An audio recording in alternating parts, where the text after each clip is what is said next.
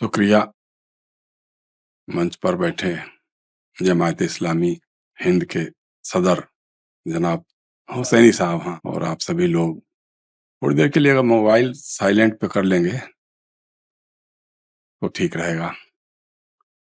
और इधर थोड़ा तबीयत भी डाउन है और ये विषय तो बहुत ही गूढ़ गंभीर और व्यापक है। मतलब कई बार ऐसा ही होता है मेरे साथ कि 40 मिनट में 30 मिनट में बातें कर पाना, क्या छूट जाएगा क्या आ पाएगा। लेकिन एक अच्छी चीज यहाँ है कि 10 मिनट का जो क्वेश्चन आंसर का होता है उसमें भी कुछ छोटी बातें जो होती हैं वो सामने आ जाती हैं। तो जो सामाजिक न्याय या सोशल जस्टिस या सामाजिक इंसाफ जो भी आप कहिएगा, इसको जानने के लिए इससे पहले हमको सामाजिक अन्याय को समझना होगा। इस देश में मैं ज्यादा देखिए मुस्लिम समाज के बारे में तो उतना गहरी पैठ मेरी नहीं है, तो उसके बारे में उतनी बातें मैं दावे के साथ नहीं कह पाऊंगा। लेकिन हिंदू समाज जो है हमारा, उसके अंदर सदियों से, सेंचुरी से समाज का एक बहुत बड़ा हिस्सा, तकरीबन 80% जिसको कह सकते हैं आप, उससे भी थोड़ा बड़ा हो सकता है, इन लोगों को पढ़ाई लिखाई, बिजनेस, व्यापार, समाज की मुख्य धारा, इस सबसे काट करके रखा गया, अलग थलग करके रखा गया। और ये बाकायदे सुनियोजित, मतलब वो जो धर्म की व्याख्या जिस ढंग से की गई, जो हमारा वर्णाश्रम बनाया लोगों ने, एक कोई आचार्य मनु महाराज थे, पता नहीं कौन थे, वो एक मनु संहिता, मनुस्मृति पर आधारित बनाई उन लोगों ने। तो उसमें निर्धारित किया कि साहब वो जो 4 वर्ण है हमारे, वो ब्राह्मण का क्या काम होगा, पढ़ना लिखना, पूजा पाठ, क्षत्रिय हैं उनका क्या होगा, तो लड़ाई युद्ध और शासन, बनिक समाज जो है, वैश्य समाज के लोग हैं तो उनका बिजनेस व्यापार मेनली ये रहेगा। और जो शूद्र हैं, जो इस चारों तबकों को मिलाकर के 80% के आसपास, शूद्र मतलब सिर्फ दलित नहीं, उसमें शूद्र का मतलब दलित भी है, ओबीसी भी है, आदिवासी भी है, इनको शूद्र कहा जाता था, या इस तरह से अनटचेबल, अस्पृश्य भी कहा जाता था। तो इनको इस सबका कोई अधिकार नहीं था, उनको सिर्फ अधिकार यह था कि सेवा करो आप, बाकी 3 जो ये लोग हैं इनकी सेवा करना आपका काम है। लेकिन दूर रह करके, साथ में बैठ जाओगे तो फिर बात नहीं बनेगी, बैठने की बात ही छोड़ दो, दूर रहो। एक समय था जब तमिलनाडु जैसे राज्यों में दलित समाज के लोग कमर में एक झाड़ू बांध कर चलते थे, जैसे सड़क से निकलेंगे वो, तो उनके पैर की जो धूल है वो साफ होती जानी चाहिए, क्योंकि उधर से कोई ब्राह्मण देवता अगर गुजर गया तो फिर उस पे तो बड़ी छाया गलत लग जाएगी, तो उससे उसको बचा के रखना है। मतलब आज की तारीख में हम ये सोच करके भी रोंगटे खड़े हो जाते हैं कि केरल जैसे राज्य में 18वीं और 19वीं शताब्दी में जो दलित समाज की महिलाएं थी, नाडार, एजवा, इन लोगों को अपना स्तन ढकने के लिए भी टैक्स देना पड़ता था। ब्रेस्ट टैक्स उसका नाम था। और ये टैक्स लगाया किसने था? किसी मुगल शासक ने नहीं लगाया था। वहां के जो उस समय राजा थे, तिरुनाल राज वर्मा, उनके शासन में लगा हुआ था। ये जाति पर आधारित था कि जाति के हिसाब से किस जाति की महिलाएं क्या कपड़े पहनेंगी, कहां तक तन ढकेंगी, उसी में था कि जो दलित समाज है, शूद्र वर्ग की महिलाएं हैं, वो यहां से ऊपर नंगी ही रहेंगी, और अगर ढकना चाहें तो उसके लिए उनको रेवेन्यू टैक्स देना पड़ेगा। इसी तरह से बाकी मतलब हमारे उत्तर भारत में भी यही था। आप समझ लीजिए कि बिहार में, इसमें यहां हमको लगता है कई लोग बिहार से भी होंगे मेरे ख्याल से, खासतौर से जो सेंट्रल बिहार का इलाका था, वहां जो सामंत लोग थे, उनके डर से मतलब कोई दलित समाज का बच्चा या ओबीसी या ईबीसी का बच्चा, उसका नाम अच्छे नाम नहीं रखा जा सकता है, क्योंकि अच्छे नाम जो होते थे वो सवर्ण जातियों के नाम ही रिजर्व होते थे कि उनके बच्चे का नाम राम श्याम घनश्याम सब रहेगा, लेकिन क्या घुरौआ निरहुआ कतवारू इस तरह के नाम होंगे। एक समय यह भी था कि मतलब महिलाएं वहां पे जो गरीब जाति की होती थी, निचली जातियों की होती थी महिलाएं, वो अपनी खूबसूरती को छिपा कर चलती थी। कभी वो मेकअप नहीं कर, मतलब नहा धोकर के जैसे होता वैसा नहीं चलती थी, क्योंकि क्या पता किसी सामंत की निगाह पड़ जाएगी और उठा लेकर चला जाएगा। हाल हाल तक हम जब बिहार में थे, उसमें काम कर रहे थे, रविवार मैगजीन एक होती थी, गया के आसपास औरंगाबाद के पास जो शेर घाटी पहाड़ी का इलाका है, वहां पे था कि साहब इन जातियों की महिलाओं जो शादियां होती थी तो बहू पहली रात जमींदार के घर जाती थी, उसकी पहली रात वहां गुजारना है, ये सब होता था। ये पूरा का पूरा मतलब तंत्र जो चला, हालांकि इसके खिलाफ फिर थोड़ा सा जागरूकता भी आई, थोड़ा मूवमेंट भी चला।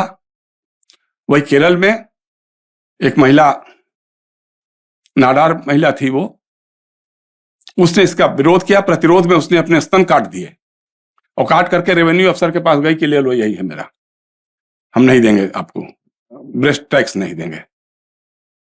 फिर वो बात फैली पूरे केरला में, वो ट्रावनकोर था, उस समय केरला नहीं था, ट्रावनकोर था, भारी मूवमेंट खड़ा हो गया, फिर वो ब्रेस्ट टैक्स हटाना पड़ा।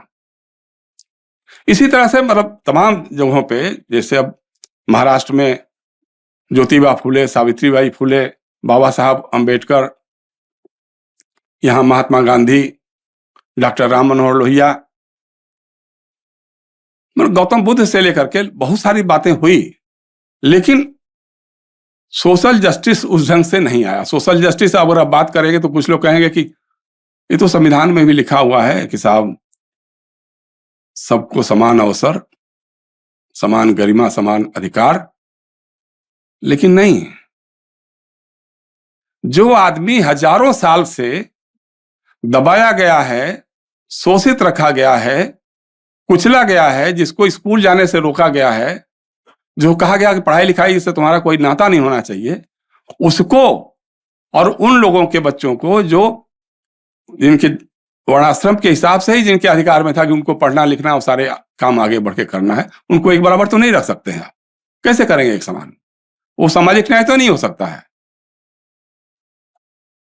तो इसके लिए फिर बाबा साहब भीमराव अंबेडकर ने रिजर्वेशन की बात की, उसी को थोड़ा लोहिया जी ने और आगे बढ़ाया। उन्होंने एक नारा बुलंद किया कि साहब सोशलिस्टों ने बांधी गांठ, पिछड़े पावे 100 में 60। जो पिछड़े होते थे उसमें कौन है?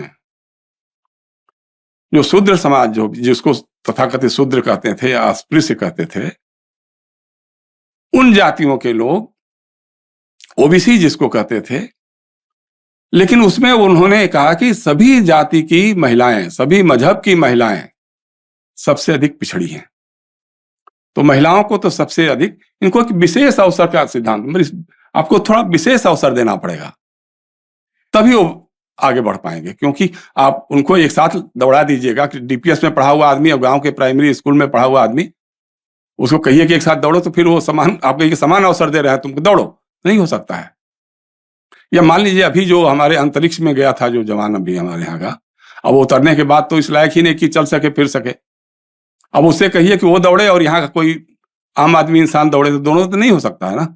उसको आपको कुछ तो विशेष देना पड़ेगा, उसको समय ये सब करना पड़ेगा। तो लोहिया ने वो कहा कि आपको विशेष अवसर का सिद्धांत देना पड़ेगा, मानना पड़ेगा, और वही फिर समाजवादी राजनीति का बहुत बेस बना। मुझे याद अच्छी तरह से है कि बिहार में जब विधानसभा में जब संविद की सरकार बन रही थी, संयुक्त विधायक दल की सरकार बन रही थी, तो सोशलिस्ट पार्टी के विधायक दल के नेता थे रामानंद तिवारी, लेकिन वो सिद्धांत चूंकि उनका था कि पिछड़े पावे 100 में 60, उस आधार पर कर्पूरी ठाकुर जी को मुख्यमंत्री बनाया गया, जो अत्यंत पिछड़ी जाति के थे, और ये पूरी लाइन चली। उसके लिए लड़ाइयां होती रही, संघर्ष होते रहे, सब कुछ हुआ। जब जनता पार्टी की सरकार बनी पहली बार 1977 में, उस समय समाजवादी लोगों के दबाव में मोरारजी देसाई की सरकार ने मंडल कमीशन बनाया। बिंदेश्वरी प्रसाद मंडल थे, बिहार के ही थे, उनकी अध्यक्षता में मंडल आयोग बना और उन्होंने एक अच्छी रिपोर्ट दी पूरी। लेकिन अब उस रिपोर्ट को अमल में लाने में 10 साल लग गए। वो तब हुआ जब वीपी सिंह साहब की सरकार बनी, तो मेरे ख्याल 7 या 8 अगस्त को शायद उन्होंने 1990 में मंडल आयोग की रिपोर्ट पर अमल किया, उसके लागू किया। उसमें भी समाजवादियों का दबाव था, रामविलास पासवान थे, शरद यादव थे, मुलायम सिंह, सारे लोगों का एक दबाव था। लेकिन जब मंडल आयोग की रिपोर्ट लागू हुई, उसके बाद हमारे पूरे समाज का जो असली चेहरा है वो सामने आ गया। जो समाजवाद की बातें करते थे, जो सामाजिक न्याय की बातें करते थे, वो कहने लगे कि नहीं नहीं, वो तो जो है वो आर्थिक आधार पे हो तो ज्यादा अच्छा है आरक्षण, ये सामाजिक और शैक्षणिक पिछड़ेपन के आधार पे तो कोई बात नहीं होनी चाहिए। और एक पूरा विरोध खुल करके सामने आ गया। यहां तक कि हमारे आरएसएस के लोगों का या बीजेपी के लोगों का राम भक्ति पहली बार तब जगी जिस दिन मंडल आयोग की रिपोर्ट लागू हुई। मेरे पास होगा इस वीडियो में कहीं, यहां जॉर्ज फर्नांडिस उस समय जनता दल में थे, जनता दल के साथ थे। वो भाषण देते हुए कह रहे हैं कि मेरे पास उसी समय 24 घंटे के भीतर लाल कृष्ण आडवाणी जी का फोन आया और उन्होंने कहा कि भाई वीपी सिंह ने, आपने तो हमारे सामने कोई अल्टरनेटिव छोड़ा नहीं है, अब आपने मंडल का ब्रह्मास्त्र चला दिया है, तो अब हमको कमंडल लेकर के सामने आना पड़ेगा, हमको राम मंदिर का मामला गर्म करना पड़ेगा, उसको लेकर के आना पड़ेगा। नहीं तो इसके जॉर्ज फर्नांडिस कहते हैं कि अगर मंडल आयोग की रिपोर्ट नहीं लागू होती तो आडवाणी और विश्व हिंदू परिषद और आरएसएस की राम भक्ति भी सामने नहीं आई होती। तो इनकी पूरी राम भक्ति और पूरा का पूरा जो है वो उस पर केंद्रित था। दंगे हुए, फसाद हुए, जो भी हुआ, वीपी सिंह की सरकार।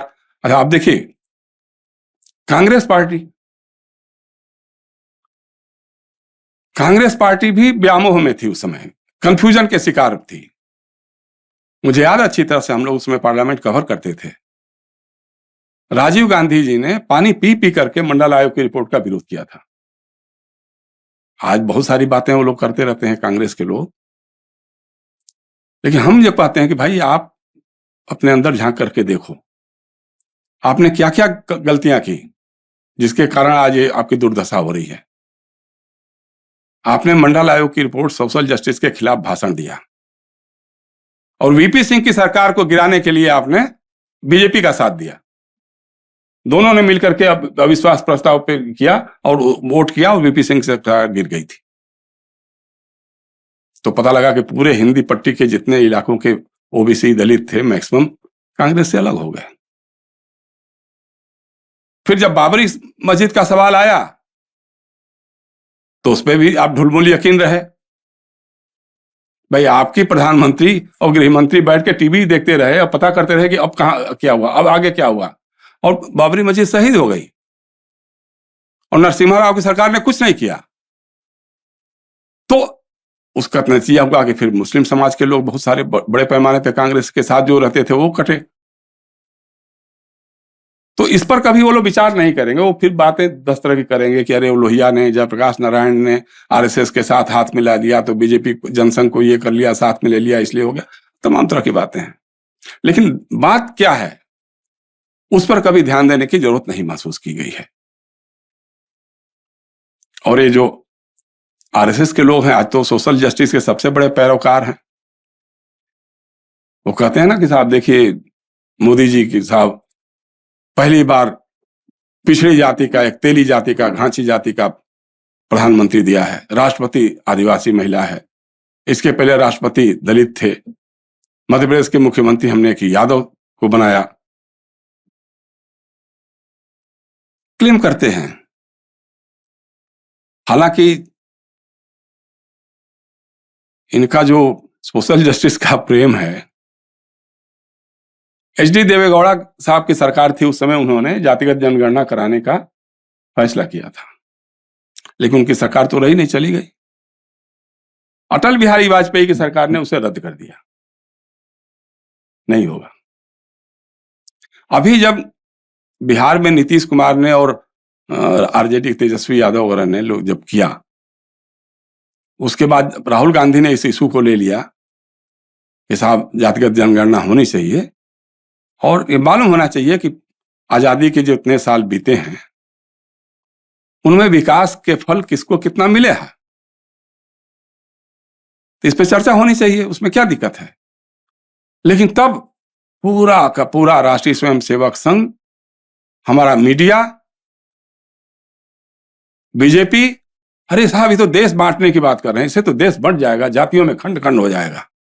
ये सारे बयान आप अगर चाहें तो लाइब्रेरी में या सोशल मीडिया पर पता करके गूगल बता देगा इनका पहले का स्टैंड क्या था। लेकिन लगा कि अब तो मामला कहीं चुनाव गड़बड़ ना हो जाए बिहार का, तो फिर उन्होंने कहा नहीं साहब हम जातिगत जनगणना कराएंगे। अब जातिगत जनगणना कराने की बात करने लगे हैं। लेकिन बात क्या है, देखिए दरअसल आरएसएस की जो थियरी है, जो सोच है, माफ करना, हमको आपको भी कई बार लगता है कि साहब वो मुसलमानों के खिलाफ बहुत बड़ा अभियान चला रहे हैं और ये कर रहे हैं, वो कर रहे हैं, जो दंगे फसाद और नफरत की राजनीति भड़का रहे हैं, क्योंकि उनको एक सिंबल चाहिए। वो सीधे दलित से नहीं लड़ सकते हैं, सीधे आदिवासी के खिलाफ नहीं बोल सकते हैं, सीधे ओबीसी के खिलाफ नहीं बोल सकते हैं। उनको एक विलेन आराम से मिल गया है।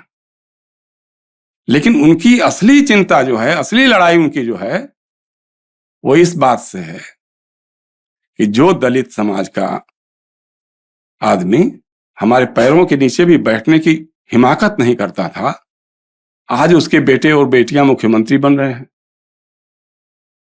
आज अहिर का बेटा मुख्यमंत्री बन रहा है, जाटो चमार की बेटी मुख्यमंत्री बन रही है।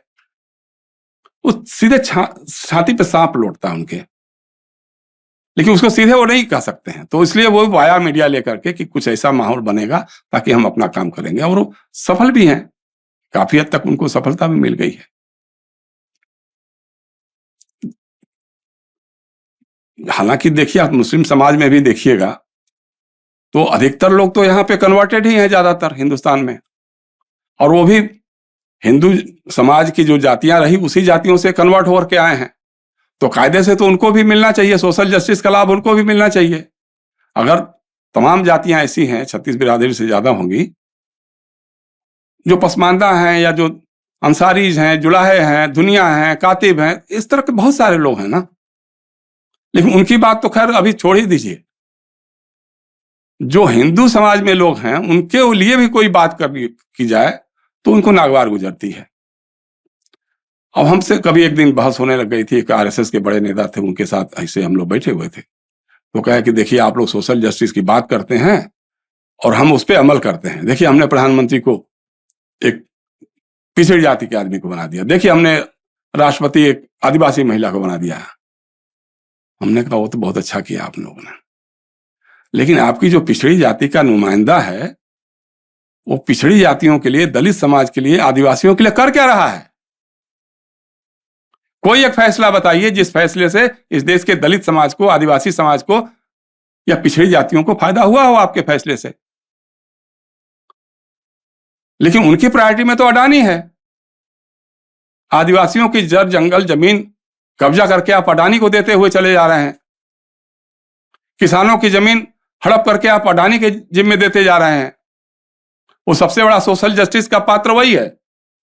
हवाई अड्डे बनेंगे हमारे पैसे से, हमारे टैक्स के पैसे से हवाई अड्डे बनेंगे, बनाएगी सरकार और नाम उस पर चस्पा हो जाएगा अडानी साहब का, उसके फायदे सारे अडानी साहब के जेब में जाएंगे।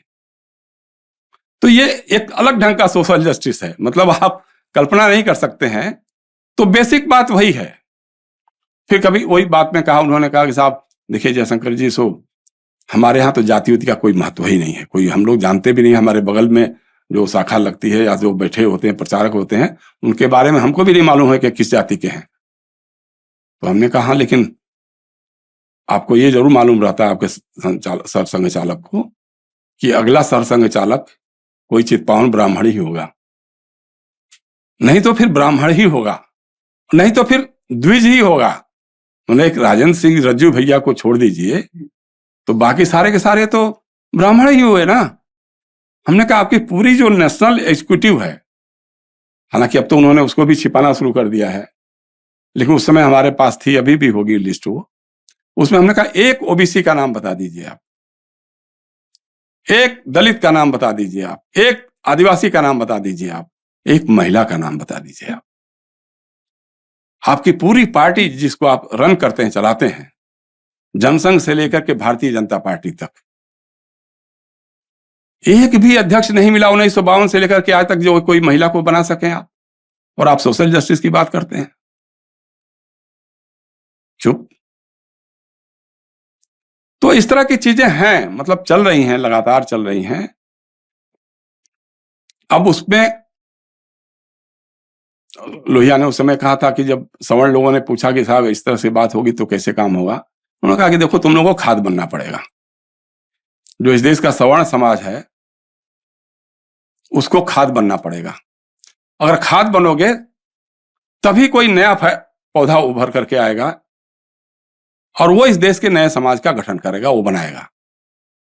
जो वो एक उदाहरण देते थे सेन साहब की, जब लखनऊ में नवाब वाजिद अली शाह को गिरफ्तार करके अंग्रेज ले जा रहे थे, तो अंग्रेज तो मुट्ठी भर थे, लेकिन चौक और अमीनाबाद की सड़कों पे हजारों की तादाद में लोग बालकनीज में, सड़क पर खड़े होकर नजारा देख रहे थे।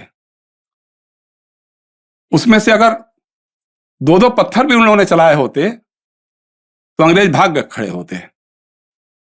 लेकिन किसी ने ऐसा नहीं किया। क्यों नहीं किया? क्योंकि उनको कोई लेना देना नहीं था।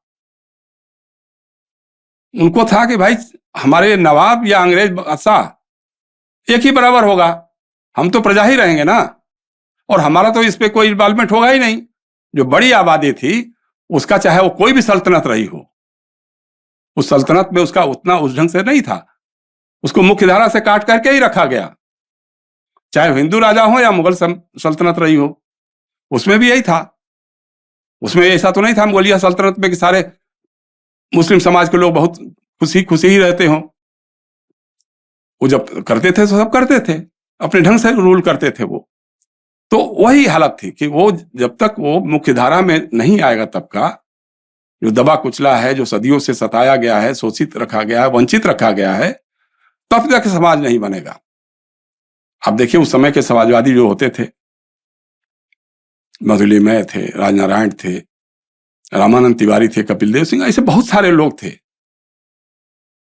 अपने को होम किया उन लोगों ने और कहा कि नहीं, हाँ ठीक बात है, इनको पिछड़े पाव में 60 वाली राजनीति को हम लोग फॉलो करेंगे। और तब निकल करके आए मुलायम सिंह यादव, लालू यादव, अखिलेश यादव, तेजस्वी यादव, ये लोग उसी के देन हैं। आज आप देखिएगा कि जितने आईएएस अफसर हैं निकल के आ रहे हैं, या जितने आईपीएस भी हो रहे हैं, तो अधिकतर लड़के आ रहे हैं, दलित समाज से आ रहे हैं, ओबीसी समाज से आ रहे हैं, अकलियत के लोग आ रहे हैं। क्योंकि इनका बस चलता तो नहीं आते ना, उनको तो पढ़ने लिखने का ही अधिकार नहीं था, उनको परीक्षा में जाने का ही अधिकार नहीं था। तो इस तरह से तो बात चली। लेकिन अब चूंकि लोहिया भी नहीं है, मधुलिमय भी नहीं है, उस तरह पुराने लोग नहीं हैं, जनेश्वर मिश्रा भी थे, सामाजिक न्याय की जो राजनीति रही, वो राजनीति भी कुछ खास परिवारों में, कुछ खास जातियों में सीमित होते चली गई। किसी के लिए कुर्मी सोशल जस्टिस का सबसे बड़ा आधार हो गया, किसी के लिए यादव सबसे बड़ा आधार हो गया,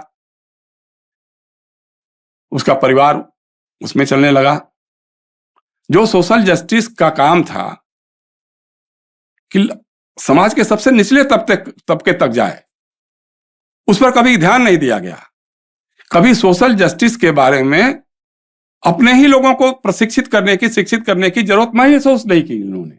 हम कई बार कहते हैं इन लोगों से जब बात होती है, बल्कि एक दो इनके प्रशिक्षण शिविर में भी गया था आरजेडी के भी गया था, समाजवादी पार्टी के भी गया था।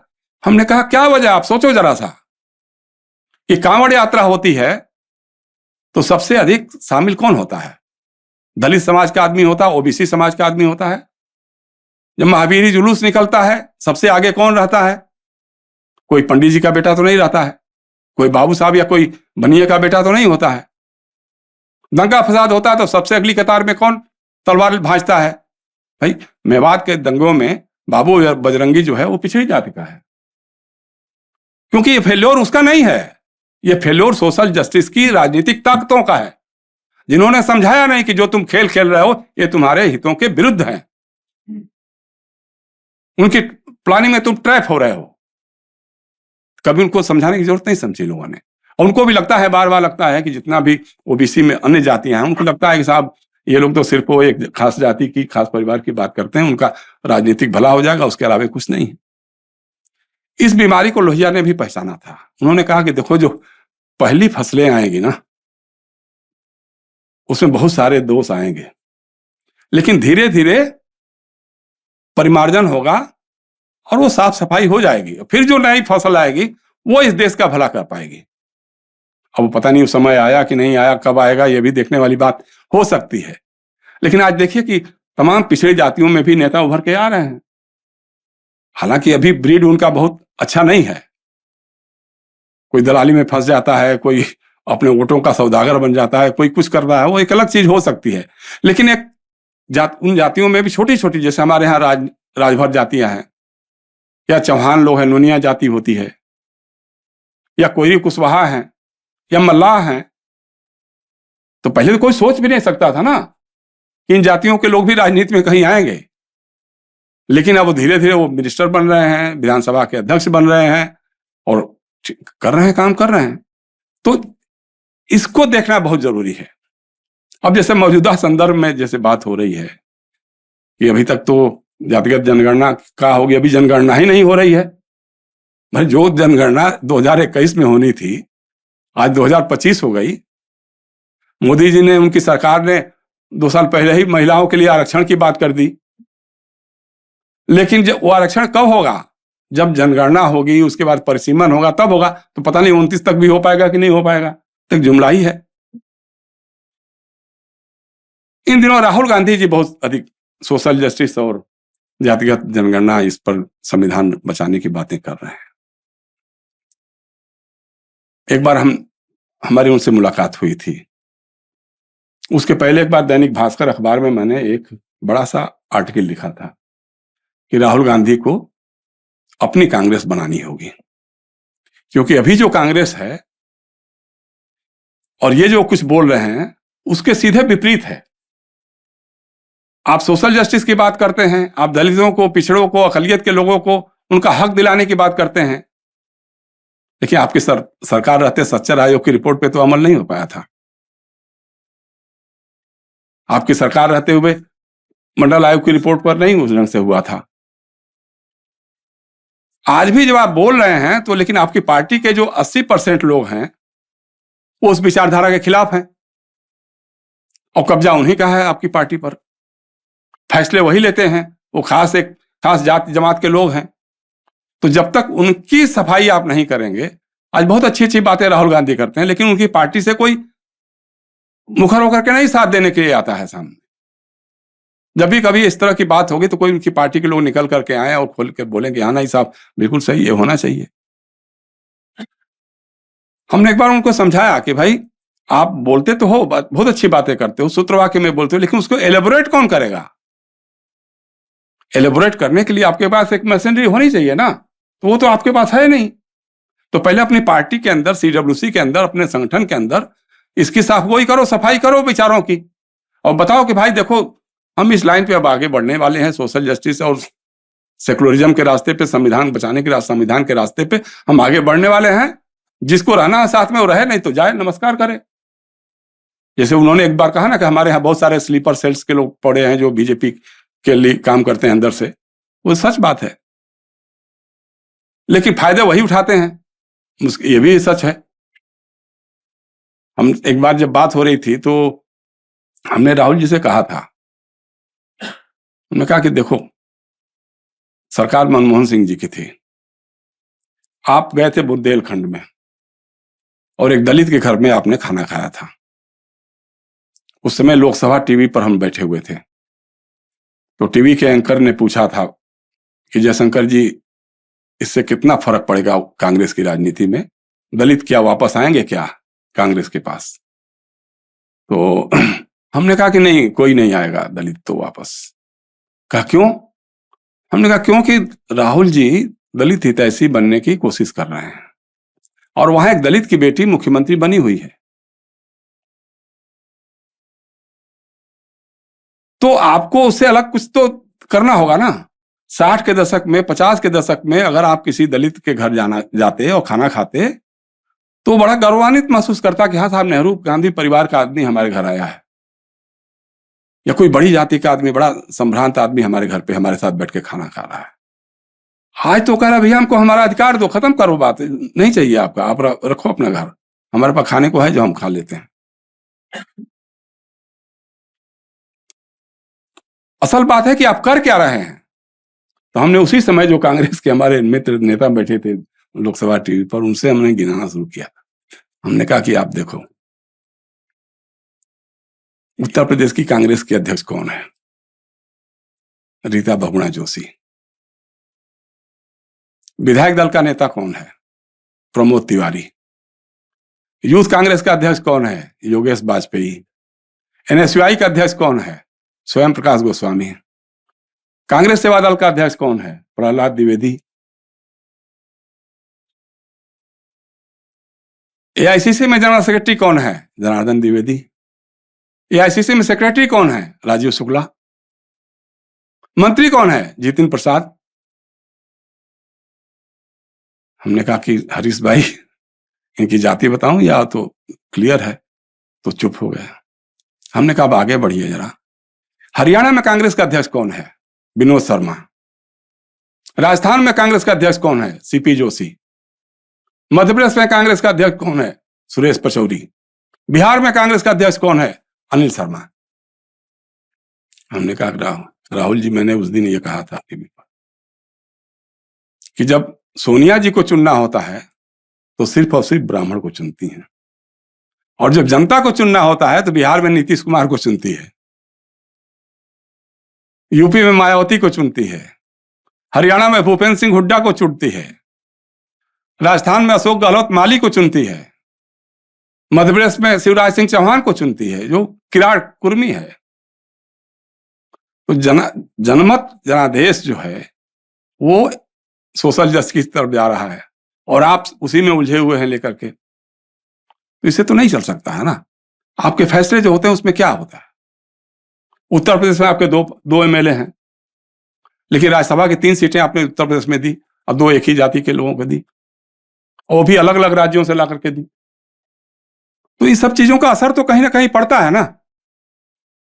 तो अगर आपका वाकई कमिटमेंट है तो सबसे पहले तो अपनी पार्टी को साफ करो, उसमें साफ सफाई करो कि भाई देखो सीधी सी बात है। हमने कहा कि आप एक कोई प्रशिक्षण शिविर बुलाइए, सेमिनार बुलवाइए, और अपने इन नेताओं को जो आपके घेरे रहते हैं उनसे कहिए भाई साहब आपको सेक्युलरिज्म पे बोलना है, 1 घंटा बोलिए। आपको सोशल जस्टिस पे बोलना तिवारी जी, 1 घंटा आप बोलिए। देखिए दिमाग खुल करके आता है कि नहीं आता है। तो एक वैचारिक सफाई, क्लैरिटी ऑफ थॉट्स, ये बहुत जरूरी है, चाहे वो सोशल जस्टिस के लिए हो, किसी के लिए भी हो। आरएसएस के दिमाग में एक बात बहुत साफ है कि हमको इस देश में पेशवाई राज कायम करना है, चित्पावन ब्राह्मणों का राज कायम करना है, और उसके लिए हम दाएं भी, बाएं भी, सामने भी, पीछे भी, हर तरफ झुक सकते हैं, मुड़ सकते हैं, कुछ भी कर सकते हैं, और ये कर रहे हैं। उन कैसे कैसे रंग बदलते गए हैं लोग, आप कल्पना नहीं कर सकते हैं। यही राम मंदिर का मामला जो था, सुषमा स्वराज जी ने कहा था कि ये बैंक का एक बेरर चेक था, एक बार भुनता है, बार बार तो नहीं भुनता है। फिर जब कुशाभाऊ ठाकरे जो आरएसएस के बड़े नेता थे वो बीजेपी के अध्यक्ष हुए, तो मैंने उनसे पूछा था कि क्या इस बार चुनाव में आप लोग राम मंदिर का इशू उठा रहे हैं क्या? तो उन्होंने कहा भाई देखो ऐसा है, नदी पार करने के लिए नाव की जरूरत पड़ती है, तो क्या जरूरी है कि नदी पार करने के बाद नाव को कंधे पे लेकर चलें? तो एक के लिए बैरा चेक थी और दूसरे के लिए नदी पार करने वाली नाव। इनका देखिए कमिटमेंट कितना अच्छा है। जिस समय हमारा प्लेन हाईजैक हुआ था ना काठमांडू से, जो जब कंधार गया था वो, उसी समय चेन्नई में बीजेपी की नेशनल काउंसिल हो रही थी। मैं उस समय था, मैं कवर करता था उसको। तो जो चेन्नई डिक्लेरेशन 10 साल के लिए होता है, हर 10 साल पे एक अपना डिक्लेरेशन बनाते हैं, तो उसको पढ़ना तो था आडवाणी को, लेकिन आडवाणी जी को यहाँ बैठ के निगोसिएशन में अटल जी के साथ बैठे हुए थे, तो गए नहीं थे वहां। तो उसको पढ़ा किसने था? तो नरेंद्र मोदी ने। नरेंद्र मोदी उस समय संगठन के महासचिव थे, हमसे उनका अच्छा संबंध था काफी। तो जब पढ़ लिया उन्होंने, डिक्लेरेशन हो गया, तो हम लोग चाय वाय पी रहे थे, तो आए मेरे पास वो। उन्होंने कहा कि भाई बाकी लोगों से बात नहीं कर सकता हूं मैं, लेकिन आपके बारे में कर सकता हूं, आपने मेरी बात नोट किया कि नहीं? हमने कहा हाँ किया। तो कहा क्या? हमने कहा अब ये बताएंगे क्या, अखबार पढ़ लेना कल। पढ़ा नहीं फिर भी? तो हमने अपनी नोटबुक निकाली, हमने कहा ये देखो। तो कहा हाँ एकदम ये बात मेरे नाम से आनी चाहिए। हमने कहा भैया आपने पढ़ा है, आपने प्रस्ताव किया, तो आप ही के नाम से छपेगी। उसमें क्या था? उसमें था अब हमारी पार्टी के नेताओं के एक हाथ में भाजपा का झंडा और दूसरे हाथ में एनडीए का एजेंडा होना चाहिए। अब हमको धारा 370, 3 तलाक, कॉमन सिविल कोड, अयोध्या मंदिर, इस तरह के तमाम विवादित मुद्दों को कोल्ड स्टोरेज में रख देना चाहिए। यह श्रीमान नरेंद्र मोदी का भाषण है। वो छपा हमारे अखबार में और अखबारों में भी छपा।